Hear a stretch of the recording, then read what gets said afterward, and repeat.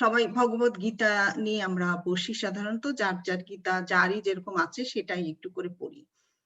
তো আমি প্রথমেই বলছি আমাদের প্রভু জগৎবন্ধু সুন্দর, উনি একজন আচার্য অবতার। তো তার কয়েকটা বাণীমালা। ভোগ বিলাস ত্যাগ করো, বৃথা বাক্য ব্যয় দুর্ভাগ্য, এটি প্রলয়কাল রক্ষা হরিনাম, প্রেমে বিশ্ব বিজয় হয়। শ্রীপাদ মহেন্দ্রজি তার কয়েকটা বাণী। কৃষ্ণ কথা ছাড়া অন্য কথা যত কম বলিবে তত ভালো। পৃথিবীতে কোকিলের গান কুকুরের ঘেউ ঘেউ আছে, যাহা মধুর যাহা সুন্দর সেই দিকে লক্ষ্য করিয়া জীবনের যাহা শ্রেষ্ঠ তাহা কার্য করিয়া তাহা করিয়া যাইতে হয়। সর্বদোষ শূন্য মানুষ নাই, তাহার যেসব গুণ আছে তাহা তোমরা দেখিতে পাও না কেন? সংসারের থাকিবে পদ্মপাত্রের মতো, তবেই শান্তি পাবে। প্রভু পদে আত্মসমর্পণ করো, তবেই শান্তি, অন্য পথ নাই। শোভা মাতাজি সন্ত আশ্রমের বেনারসের, ওনার কিছু বাণী এখানে পেয়েছি, তো তার ভিতরে দু একটা পড়ছি। অহমিকাই দুঃখের কারণ, অহং বুদ্ধি ত্যাগ করে যে পথে চলে শান্তি তার করতলগত। জীবন চলার পথে দুঃখ কষ্টগুলিকে সহজ সরল ভাবে মেনে নিতে চেষ্টা করো। জীবনে কি পাওনি তা না দেখে কি পেয়েছো তা দেখতে চেষ্টা করো, তাতেই আত্মতৃপ্তি লাভ করা যায়। সবাইকে ভালোবাসো, সবাইকে ভালোবাসার মধ্য দিয়ে ভগবানকে ভালোবাসা যায়। পরকে আপন করে নেওয়ার মধ্যেই মাহাত্ম্য আছে জানবে। নিজেকে নিয়ে যে ভুলে থাকে তার সংকীর্ণতারই পরিচয়। ভালোবাসাকে ছড়িয়ে দাও, তাতে মন আনন্দময় ও উদার হবে। তো শ্রীমদ্ ভগবত গীতা, হরি ওং তৎসৎ, ওং নমো ভগবতে বাসুদেবায়। আমরা চতুর্থ অধ্যায় জ্ঞান ও যোগ পড়ছি। তো আমরা শুরু করতে যাচ্ছি। কবিতা দি, আপনি কি শুনতে পাচ্ছেন আমাদের কথা? শুনতে পাচ্ছি দিদি, কিন্তু আমার পিকচারটা আনতে পারতেছি না। অসুবিধা নেই, আপনি তাহলে শুরু করেন দিদি আজকের চতুর্থ অধ্যায়ের প্রথম স্তোত্র দিয়ে। আচ্ছা দিদি।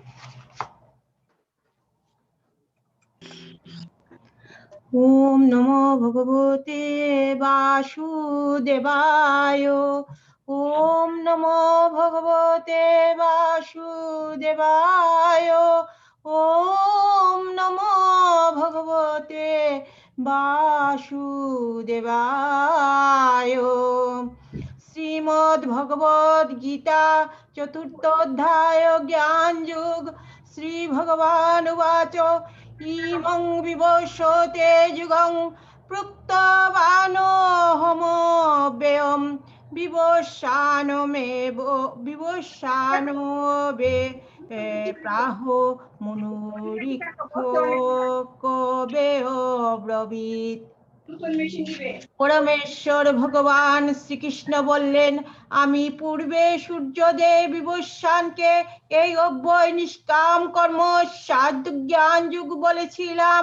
সূর্য তাহা মানব জাতির জনক মনুকে বলেছিলেন এবং মনু তা ইক্ষ্বাকুকে বলেছিলেন। তাৎপর্য এখানে ভগবান ভগবদ গীতার ইতিহাস বর্ণনা করেছেন। বহু প্রাচীন কালে সূর্যলোক আদি বিভিন্ন গ্রহলোকে রাজাদের ভগবান এই জ্ঞান দান করেন। সমস্ত গ্রহলোকে রাজাদের বিশেষ কর্তব্য হচ্ছে প্রজা পালন করা, এবং সেই জন্য তাদের সকলেরই ভগবদ গীতার বিজ্ঞান সম্পর্কে পূর্ণভাবে অবহিত হওয়া প্রয়োজন, যাতে তাদের প্রজাদের পারমার্থিক লক্ষ্যের দিকে তারা পরিচালিত করতে পারেন। তাই ভগবানের কৃপায় এই জ্ঞান লাভ করে প্রাচীনকালে রাজারা মানুষকে কামনা বাসনার জড়বন্ধন থেকে মুক্ত হবার পথ প্রদর্শন করতেন। মানব জীবনের উদ্দেশ্যই হচ্ছে পারমার্থিক জ্ঞানের অনুশীলন করা এবং ভগবানের সঙ্গে তার যে নিত্য সম্পর্ক রয়েছে সেই সম্বন্ধে অবগত হওয়া। তাই সকল গ্রহলোকের এই সকল রাষ্ট্রের শাসন বর্গের কর্তব্য হচ্ছে শিক্ষার মাধ্যমে, সংস্কৃতির মাধ্যমে ও ভক্তির মাধ্যমে জনগণকে জ্ঞান বিতরণ করা। পক্ষান্তরে বলা যায় সকল রাষ্ট্রের কর্ণধার এবং সমাজের নেতাদের একমাত্র কর্তব্য হচ্ছে কৃষ্ণ ভাবনার অমৃত বিজ্ঞান সকলের কাছে বিতরণ করা, যাতে প্রতিটি মানুষ এই মহাবিজ্ঞানের সুফল অর্জন করতে পারে এবং মানব জীবনের সুযোগ সুবিধা কাজে লাগিয়ে সাফল্যের পথে অনুসরণ করতে পারে। এই মহাকাল কল্পে সূর্যদেবের নাম বিবস্বান, তিনি হচ্ছেন সূর্যলোকের অধীশ্বর। এই সূর্য থেকে সৌরজগতের সমস্ত গ্রহের সৃষ্টি হয়েছে। ব্রহ্ম সংহিতাতে বলা হয়েছে, চক্ষুরেশ সবিতা সকল গ্রহাণাং রাজা সমস্ত সুরমূর্তি রশেষ তেজা গয়া ভ্রমতি সংভৃত কালচক্র গোবিন্দ মাদি পুরুষং তমহং ভজামি। অর্থাৎ ব্রহ্মা বলেছেন সমস্ত গ্রহের রাজা অশেষ তেজ বিশিষ্ট সুরমূর্তি সবিতা বা সূর্য জগতের চক্ষু স্বরূপ, তিনি যার আজ্ঞায় কালচক্রারূঢ় হয়ে ভ্রমণ করেন, সেই আদি পুরুষ গোবিন্দকে অর্থাৎ শ্রীকৃষ্ণকে আমি ভজন করি। দিদি প্রথম শ্লোকটা পড়লাম, আরো ব্যাখ্যা আছে, ব্যাখ্যা কি আর পড়বো না, দ্বিতীয় শ্লোকে চলে যাব। ঠিক আছে দিদি। সোমা, আমাদের সাথে সুজাতা দি জয়েন করেছে। নমস্কার সুজাতা দি। হ্যাঁ বৌদি নমস্কার। নমস্কার সবাইকে নমস্কার। নমস্কার। নমস্কার। আচ্ছা আমি তাহলে পড়ি শ্রীমদ্ ভগবদ গীতার ৪র্থ অধ্যায় জ্ঞান যোগের শ্লোক নাম্বার ২। এবং পরম্পরা প্রাপ্ত মিমং রাজস্বর বিদু সকালে নেহ মহতা যোগ নষ্ট পরন্তপ। অনুবাদ হচ্ছে, এভাবেই পরম্পরার মাধ্যমে প্রাপ্ত এই পরম বিজ্ঞান রাজর্ষিরা লাভ করেছিলেন, কিন্তু কালের প্রভাবে পরম্পরা ছিন্ন হয়েছিল এবং তাই সেই যোগ নষ্টপ্রায় হয়েছে। এখানে স্পষ্টভাবে বলা হয়েছে যে গীতা রাজর্ষিদের জন্যই বিশেষভাবে উদ্দিষ্ট হয়েছিল, কারণ প্রজা পালনের কাজে তারা যথার্থভাবে এই শাস্ত্রের উদ্দেশ্য কার্যকরী করবেন। ভগবদ্গীতার অমৃতময় উপদেশ কখনোই অসুরদের জন্য নয়, তারা এই জ্ঞানকে গ্রহণ করতে অক্ষম এবং জনগণের সেবায় প্রয়োগ করতে অক্ষম। পক্ষান্তরে তারা নিজেদের খেয়াল খুশি মতো ভগবানের দেওয়া এই দিব্য জ্ঞানের কদর্থ করে। এই সমস্ত মূঢ় দুরাচারীদের কদর্থ সম্বলিত মন্তব্যে ভগবদ গীতার প্রকৃত উদ্দেশ্য যখন ব্যাহত হয়, তখন গুরু শিষ্যের পরম্পরার পুনঃপ্রতিষ্ঠার করার প্রয়োজনীয়তা দেখা দেয়। ৫,০০০ বছর আগে ভগবান স্বয়ং লক্ষ্য করেন যে সেই গুরু শিষ্য পরম্পরার ধারা বিচ্ছিন্ন হয়ে গেছে, তাই তিনি ঘোষণা করেন যে গীতার উদ্দেশ্য হারিয়ে গেছে। আজকের জগতেও আমরা দেখতে পাই গীতার অর্থ কিভাবে বিকৃত হয়ে গেছে। গীতার অনেক সংস্করণ আছে, কিন্তু তাদের মধ্যে প্রায় কোনোটাই গুরু পরম্পরার ধারা অনুযায়ী নয়। তথাকথিত সমস্ত পণ্ডিতেরা গীতার অসংখ্য ধরনের ব্যাখ্যা লিখে কৃষ্ণ কথার নামে একটি ভালো ব্যবসা জাগিয়ে বসেছে, কিন্তু তাদের মধ্যে প্রায় কেউই পরম পুরুষোত্তম ভগবান শ্রীকৃষ্ণকে স্বীকার করে না। এটি হচ্ছে আসুরিক প্রবৃত্তি। অসুরেরা কখনো ভগবানকে বিশ্বাস করে না, কিন্তু তারা কেবল ভগবানের সম্পত্তি ভোগ করার ব্যাপারে অত্যন্ত তৎপর। এবার পড়ছি স্তোত্র নাম্বার ৩। এবায়ং মহাতেহদ্য যোগ প্রোক্ত পুরাতন ভক্ত হসি মে সখা চেতি রহস্যং হেতদুত্তমম। অনুবাদ, সেই সনাতন যোগ আজ আমি তোমাকে বললাম, কারণ তুমি আমার ভক্ত ও সখা, এবং তাই তুমি এই জ্ঞানের অতি গূঢ় রহস্য হৃদয়ঙ্গম করতে পারবে। এর তাৎপর্য হচ্ছে, মানব সমাজে ২ রকমের মানুষ আছে, তারা হচ্ছে ভক্ত ও অসুর। ভগবান অর্জুনকে ভগবদ গীতা দান করতে মনস্থ করেছিলেন, কারণ অর্জুন ছিলেন তার শুদ্ধ ভক্ত। অসুরেরা কখনোই এই রহস্যাবৃত জ্ঞানের মর্মার্থ উপলব্ধি করতে পারে না। এই মহৎ শাস্ত্র ভগবদ গীতার বহু সংস্করণ আছে, তাদের মধ্যে কোনটি ভক্তের মন্তব্য সমন্বিত আর কোনটি অসুরের মন্তব্য সমন্বিত। ভক্তের মন্তব্য সমন্বিত ভগবদ গীতা পড়লে অনায়াসে গীতার যথার্থ অর্থ উপলব্ধি করা যায় এবং তার ফলে ভগবানের মহত্ব উপলব্ধি করতে পেরে হৃদয়ে ভক্তি সঞ্চার হয়। কিন্তু অসুরের মন্তব্য পড়লে কোনোই কাজ হয় না, উপরন্তু সর্বনাশ হয়। অর্জুন জানতেন শ্রীকৃষ্ণ হচ্ছেন স্বয়ং পরমেশ্বর ভগবান, তাই অর্জুনের পদাঙ্ক অনুসরণ করে ভগবান শ্রীকৃষ্ণকে সর্বকারণের কারণ পরমেশ্বর ভগবান বলে মেনে নিয়ে ভগবদ গীতাকে হৃদয়ঙ্গম করলে এই পরম বিজ্ঞানের প্রতি যথার্থ শ্রদ্ধা অর্পণ করা হয়। অসুরেরা কিন্তু শ্রীকৃষ্ণকে যথাযথভাবে গ্রহণ করে না, বরং তারা নানা রকম জল্পনা কল্পনা করে শ্রীকৃষ্ণের পরিচয় নির্ধারণ করতে চেষ্টা করে। তারা ভগবানের নানা রকম পরিচয় খুঁজে বার করে। এভাবেই তারা জনসাধারণকে বিভ্রান্ত করে পথভ্রষ্ট করে এবং ভগবত বিদ্বেষী করে তোলে। তাই আমাদের সাবধান হওয়া উচিত যাতে এই সমস্ত অসুরেরা আমাদের আর অনিষ্ট না করতে পারে। আমাদের উচিত অর্জুনের পদাঙ্ক অনুসরণ করে ভগবদ গীতার মর্মার্থ উপলব্ধি করা এবং ভগবানের দেওয়া এই আশীর্বাদকে সর্বতভাবে গ্রহণ করে আমাদের মানব জন্ম সার্থক করে তোলা। এখন কে শুভ্রা পড়বে? কৃষ্ণ ছন্দাদি পড়ুক। আর এই ফাঁকে বলে নেই, যদি আমরা ডিসকানেক্টেড হয়ে যাই আবার সেম লগইন সেম আইডি দিয়ে আমরা ছন্দাদি আসছে? হ্যাঁ ছন্দাদি আসছে। শুভ্রা আমাদের এই লিংকটা আবার একটু পাঠায়, ওইটা অনেক আগে তো খুঁজে খুঁজে পাই না। আজকে কবিতা বদিরে ফোন দিছিলাম, তারপরে আবার সে ইয়ে করলো। আচ্ছা আচ্ছা আচ্ছা পাঠিয়ে দেবো। জ্ঞানযোগ শ্লোক 4, তাই তো? হ্যাঁ। অর্জুন উবাচ অপরং ভবত জন্ম পরং জন্ম বিবস্বত কথমিতদ বিজানীয়াং তমাদৌ প্রক্তবাণীতি। এখানে অর্জুন বললেন, সূর্যদেব বিবস্বানের জন্ম হয়েছিল তোমার অনেক পূর্বে। তুমি যে পুরাকালে তাকে এই জ্ঞান উপদেশ করেছিলে তা আমি কেমন করে বুঝবো? অর্জুন হচ্ছেন ত্রিভুবন বিস্তৃত ভগবানের শুদ্ধ ভক্ত। তাহলে এটি কি করে সম্ভব যে তিনি ভগবানের কথা বিশ্বাস করছেন না? তার কারণ হচ্ছে এই অর্জুন এই কথাগুলো তার নিজের জন্য বলছেন না,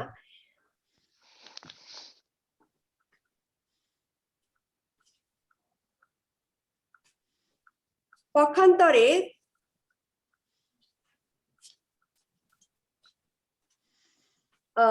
যে সমস্ত অসুরেরা শ্রীকৃষ্ণকে ভগবান বলে মানতে চায় না তাদের জন্য জিজ্ঞেস করছেন।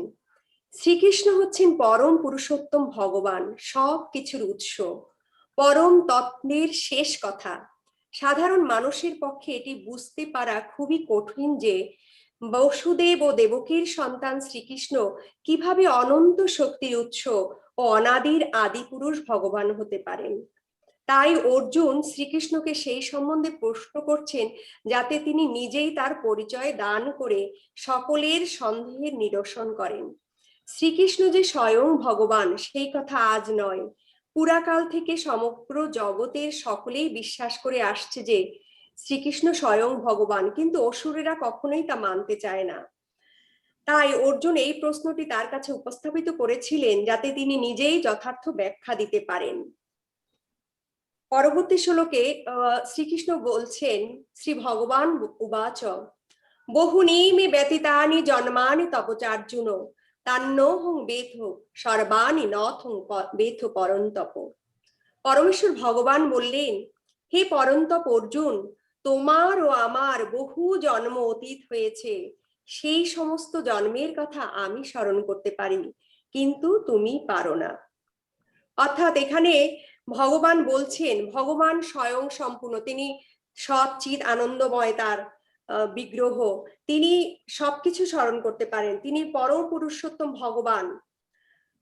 তাই তিনি বলছেন যে আমি পরম পুরুষোত্তম ভগবান, আদি পুরুষ গোবিন্দ। তাই তিনি বলছেন যে এই জগৎ সমস্ত অনন্ত ব্যাপী তিনি পরিব্যাপ্ত, তিনি সকলের আদি পুরাণ পুরুষ, তিনি সর্বদাই নব যৌবন সম্পন্ন সুন্দর পুরুষ। কিন্তু ভক্ত সেগুলো এখানে তুলে ধরেছেন যে তোমার আমার বহু জন্ম অতীত হয়েছে, আমি সেই সমস্ত জন্মের কথা স্মরণ করতে পারি, অর্থাৎ জীবাত্মা সে স্মরণ করতে পারে না, কিন্তু যে পরমাত্মা সে সবকিছু, তার সবকিছু, সেই যে জন্মের কথা, সেই বিবস্বানকে যে জ্ঞানের কথা বলেছিলেন, সে সবকিছু তিনি স্মরণ করতে পারছেন, কিন্তু জীবাত্মা তার স্মরণে নেই। তাই অর্জুনকে বলেছে, তোমার আমার বহু বহু জন্ম অতীত হয়েছে, কিন্তু আমি সেগুলো স্মরণ করতে পারছি, তুমি সেগুলো তোমার মনে নেই, তুমি ভুলে গিয়েছো। বিভু চৈতন্য ভগবানের সঙ্গে অনু চৈতন্য জীবের এটিই পার্থক্য। অর্জুন ছিলেন মহা শক্তিশালী বীর, তিনি ছিলেন পরন্তপ, তা হলেও বহু পূর্বে জন্মের মনে রাখবার ক্ষমতা তার নেই। ক্ষমতার মাপকাঠিতে জীব যত মহতই হোক না কেন, সে কখনোই ভগবানের সমতুল্য হতে পারে না। যিনি ভগবানের নিত্য সহচর, তিনি অবশ্যই একজন মুক্ত ব্যক্তি, তিনি কখনোই ভগবানের সমকক্ষ হতে পারে না। এখানে অর্জুন শুদ্ধ ভক্ত, মুক্ত ব্যক্তি, কিন্তু তারপরও তিনি জীবাত্মা, তিনি পরমাত্মার সমান হতে পারেন না। তাই শ্রীকৃষ্ণের সবকিছু মনে আছে, কিন্তু অর্জুন সেগুলো স্মরণ করতে পারছেন না। শ্লোক 6, অজ হোপি স্বর্ণ বায়াত্মা ভূতা নামীশ্বর হৌপি শন প্রকৃতি সামধিষ্ঠায় সম্ভাবামাত্মা মায়া। আমি জন্মরহিত, ভগবান এখানে বলছেন, যদিও আমি জন্মরহিত, আমার চিন্ময় দেহ অব্যয়, যদিও আমি সর্বভূতের ঈশ্বর, তবুও আমার অন্তরঙ্গা শক্তিকে আশ্রয় করে আমি আমার আদি চিন্ময় রূপে যুগে যুগে অবতীর্ণ হই। অর্থাৎ এখানে ভগবান শ্রীকৃষ্ণ বলছেন তার যে দেহ বিগ্রহ সেটা চিন্ময়, এবং সেই চিন্ময় রূপেই উনি যুগে যুগে অবতীর্ণ হন, এবং ওনার চিন্ময় দেহ বলেই উনি সবকিছু স্মরণ করতে পারেন, উনি সবকিছুই ওনার স্মরণে থাকে। জীবাত্মার সেটা থাকে না। ভগবান এখানে তার আবির্ভাবের বৈশিষ্ট্য বিশেষভাবে বর্ণনা করেছেন। যদিও তিনি সাধারণ মানুষের মতো আবির্ভূত হন, তবুও তার বহু বহু পূর্বের জন্মের সমস্ত ঘটনাই তার মনে থাকে, কিন্তু সাধারণ মানুষ কয়েক ঘন্টা পূর্বে কি ঘটেছিল তা মনে রাখতে পারে না। যদি কাউকে জিজ্ঞেস করা হয় একদিন আগে ঠিক কি সে করেছিল এই সময়ে, সাধারণ লোকের পক্ষে সঙ্গে সঙ্গে তার উত্তর দেওয়া কঠিন হয়ে পড়ে, তার অনেক হিসাব নিকাশ করে তারপর তাকে বলতে হয়। কিন্তু ভগবান তার এগুলো সবকিছুই তার চিন্ময়ে থাকে, তার সবকিছুই এগুলো স্মরণে থাকে। সাধারণ জীবদের মতো তিনি এক দেহ থেকে আর এক দেহে দেহান্তরিত হন না। অর্থাৎ এই শ্লোক দিয়ে তিনি বুঝিয়েছেন ভগবানের বিগ্রহ চিন্ময়। আমরা জীবাত্মা যেমন দেহ পরিবর্তন করি, আর দেহ পরিবর্তনের সঙ্গে সঙ্গে আমরা সবকিছু বিস্তৃতি হই, কিন্তু ভগবান তার দেহ, তার রূপ সবকিছু চিন্ময়, তিনি কখনো বিস্তৃত হন না। বদ্ধ জীবাত্মা এক জন্মে এক রকম দেহ ধারণ করতে পারে, কিন্তু পরবর্তী জন্মে সে ভিন্ন দেহ ধারণ করে। জড় জগতে জীবের দেহ স্থায়ী নয়, প্রকৃতপক্ষে সে প্রতিনিয়তই তার দেহ পরিবর্তন করছে, কিন্তু ভগবানকে দেহ পরিবর্তন করতে হয় না। যখন তিনি জড় জগতে আবির্ভূত হন, তিনি তার সচ্চিদানময়, সেই সচ্চিদানন্দময় দেহ নিয়েই আবির্ভূত হন। তিনি যখন এই জড় জগতে আবির্ভূত হন, তখন তিনি তার দ্বিভুজ মুরালিধারী শাশ্বত রূপ নিয়েই আবির্ভূত হন। জড় জগতের কোনো কলসী তার রূপকে স্পর্শ করতে পারে না, কিন্তু তিনি যদিও তার অপ্রাকৃত রূপ নিয়ে এই জড় জগতে আবির্ভূত হন, সর্ব অবস্থাতেই তিনি জগতের, সমস্ত জগতের অধীশ্বর থাকেন। অর্থাৎ যখন তিনি আবির্ভূত হন তখনও তিনি তার মধ্যে সব কিছুই বজায় থাকে, এবং তিনি কোনো কিছু বিস্তৃতি হন না। তার দেহ যখন পরিবর্তন হয় না, তবুও তিনি শৈশব থেকে, তার দেহ যদিও পরিবর্তন হয় না, কিন্তু তবুও তিনি শৈশব থেকে পৌগণ্ডে, পৌগণ্ড থেকে কৈশোর, এবং কৈশোর থেকে যৌবনে উত্তীর্ণ হন, কিন্তু আশ্চর্যজনকভাবে যৌবনের ঊর্ধ্বে তার দেহের আর কোনো রূপান্তর হয় না। কুরুক্ষেত্রে যুদ্ধের সময় তার অনেক পৌত্র ছিল, জাগতিক হিসাবে তার বয়স অনেক হয়েছিল, কিন্তু তাকে দেখতে ছিল 20-25 বছরের যুবক। যদিও শ্রীকৃষ্ণ হচ্ছেন অতীত, বর্তমান, ভবিষ্যতের সর্বকালীন আদি পুরুষ, সর্বপ্রাচীন পুরুষ, কিন্তু তাকে আমরা কোনো অবস্থাতেই বৃদ্ধ রূপে দেখি না। কোনো ছবিতেও শ্রীকৃষ্ণকে বার্ধক্য অবস্থায় দেখা যায় না, কখনো তার দেহের অথবা বুদ্ধির কোনো রকম বিকার হয় না। তাই সহজেই বুঝতে পারি যে এই জড় জগতে এসে সাধারণ মানুষের মতো লীলা খেলা করলেও তিনি চিরকালই অজ, নিত্য, শাশ্বত, পুরাতন, আদি পুরুষ, সচ্চিদানন্দময়। বাস্তবিক পক্ষে তার আবির্ভাব ও অন্তর্ধান সূর্যের মতো আমাদের সম্মুখে যখন আবির্ভূত হয়, আবার দৃষ্টির আড়ালে চলে যায় সূর্য যেমন, কিন্তু আকাশে সূর্য সবসময়ই রয়েছে।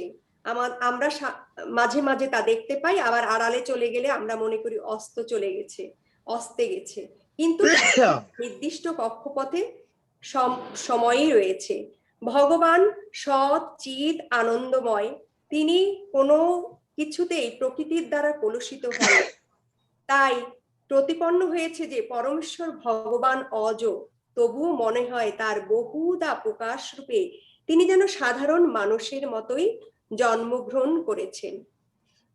এবার শ্লোক 7 পড়েন। আমি পড়বো? হ্যাঁ, বন্যাদি পড়তে পারেন, পড়বেন।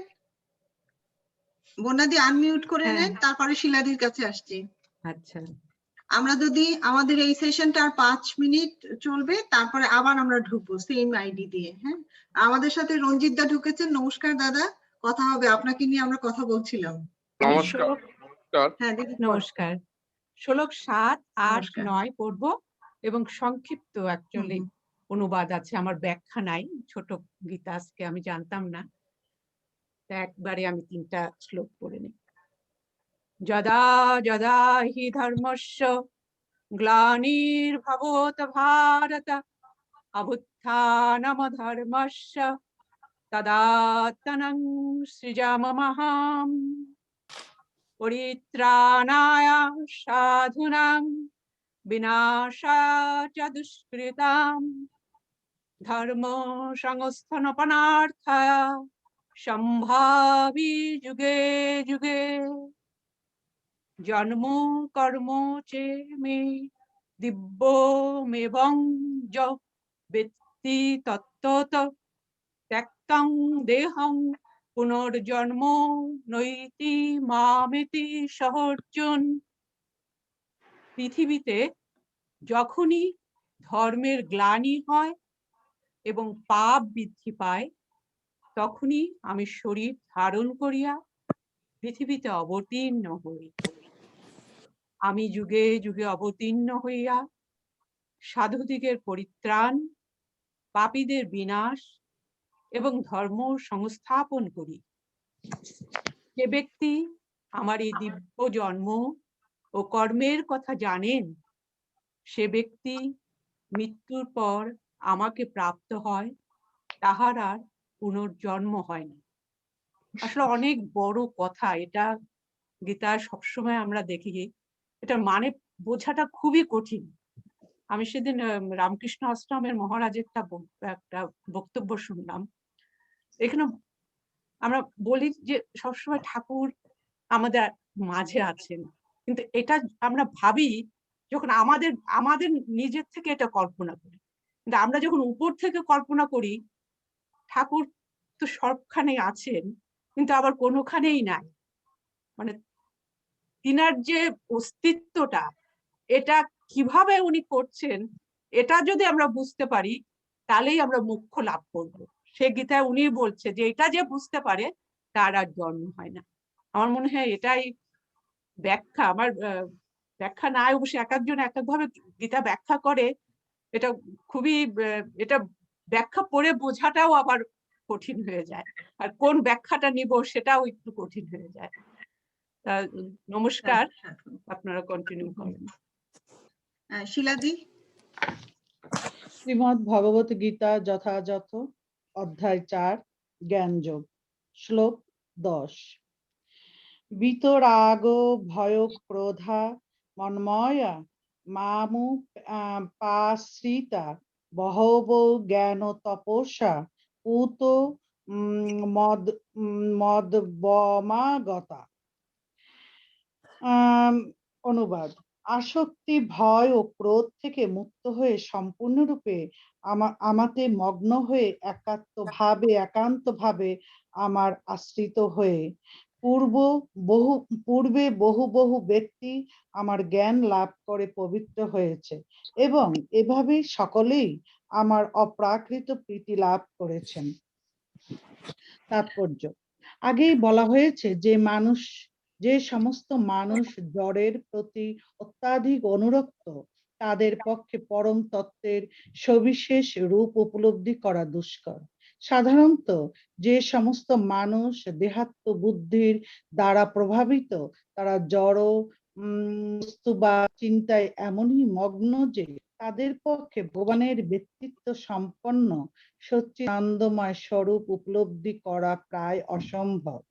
এই সমস্ত জড়বাদীরা কোনো মতেই বুঝে উঠতে পারে না যে ভগবানের একটি চিন্ময় দেহ আছে যা অবিনশ্বর, পূর্ণ জ্ঞানময় এবং নিত্য আনন্দময়। জড়বাদী চিন্তাধারায় আমাদের জড় দেহটি নশ্বর, অজ্ঞানতার দ্বারা আচ্ছন্ন এবং সম্পূর্ণ নিরানন্দ। সুতরাং এই জড় দেহটিকেই আমাদের প্রকৃত স্বরূপ বলে মেনে নিয়ে আমরা মনে করি ভগবানের দেহটিও তেমনি নশ্বর, অজ্ঞান এবং সম্পূর্ণ নিরানন্দ। সুতরাং সাধারণ মানুষকে যখন ভগবানের ব্যক্তিগত স্বরূপ সম্পর্কে কিছু বলা হয় তখন তারা জড় দেহগত ধারণাই বলে মনে ভাবতে থাকে। এই জড় দেহাত্মবুদ্ধির দ্বারা প্রভাবিত হয়ে দেহ সর্বস্ব মানুষ মনে করে। বিশ্ব চরাচরের যে বিরাট রূপ সেটি পরম তত্ত্ব। তার ফলে তারা মনে করে পরমেশ্বরের কোনো আকার নেই, তিনি নির্বিশেষ। শ্লোক নাম্বার 11। যে যথা মাং প্রপদ্যন্তে তাং তথৈব